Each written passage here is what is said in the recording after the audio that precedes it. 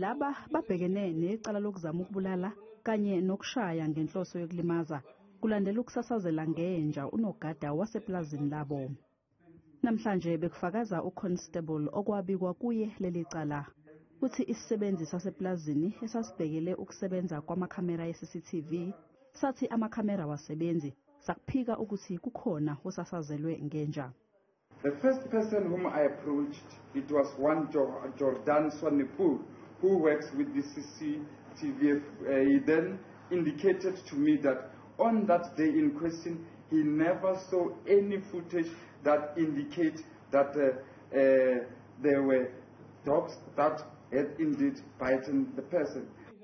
Kube sekudlalwa ivideo isisulu esayiqopha ngalolu suku kanye nezithombe ezathwetshulwa. Le video ibonisa uStefan Greff oyindodana kaPieter Groenewald ebambe inja bese eyayidedela kumsolwa. Kuvele ukuthi uGroenewald wake waboshwa ngeminyaka yo-90s ngamacala amabili okubulala, kodwa ke ummeli wakhe uthe lamacala yesulwa. Says wanted person, and to the right of that it says status cancelled. So I put it to you that means that he was no more wanted. His status as a wanted person was cancelled.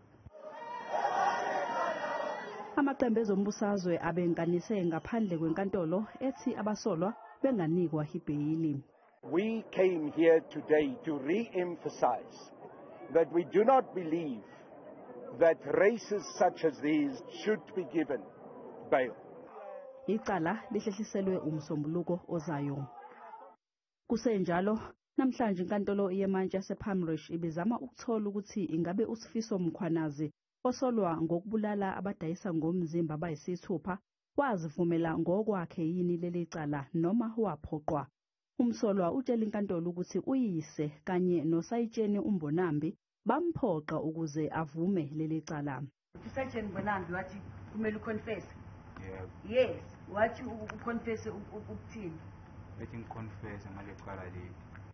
Ecaleni lokubulawa kaSenzo Meyiwa kube nokuhilizisana ngamazwi enkantolo namhlanje phakathi kwejaji elengamele icala uRatha Mogahleheng kanye nommeli wabasolwa uadvocate Zandile Mshololo. No, I'm just telling you who I am. My Lord, I'm also an advocate. Yeah, fine.